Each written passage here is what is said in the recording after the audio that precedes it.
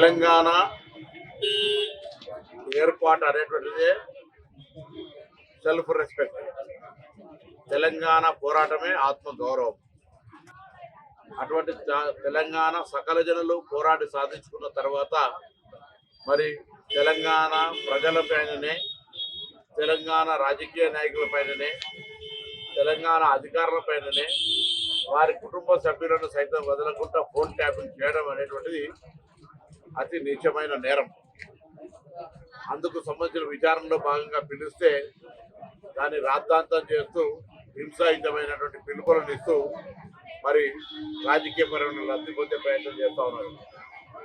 విచారణ జరిగితే అంత బాధపడితే మీరు కొందరి జీవితాల్లో అది రాజకీయంగా, ఆర్థికంగా, వ్యాపారకంగా, ఉద్యోగపరంగా, కుటుంబాల పరంగా వాళ్ళ సొంత ఏ రక్షణ స్వీకరించేది ఉంటుందో వాటిలోకి దొంగి చూసి మీరు ఆ డాటాను, ఆ సమాచారాన్ని దొంగిలించినటువంటి వ్యక్తులు వాటి తప్పకుండా చట్టం తరపతం చేసుకోబోతుంది.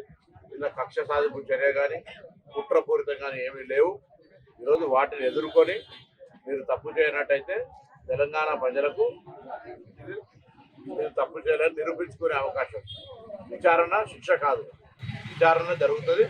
విచారణ జరిగినప్పుడు మీరు నిర్దిష్టతోనే నిరూపించుకోవాలని కోరుతాను తప్ప డైవర్షన్ పార్టీ చేసి అదేదో కక్ష సాధింపు ధోరణిగా ప్రచారం చేయడం మానుకోవాలని కోరుతున్నాను. అసలైన తొలి వెలుగు. ఫాలో వాట్సాప్ @తొలి వెలుగు official.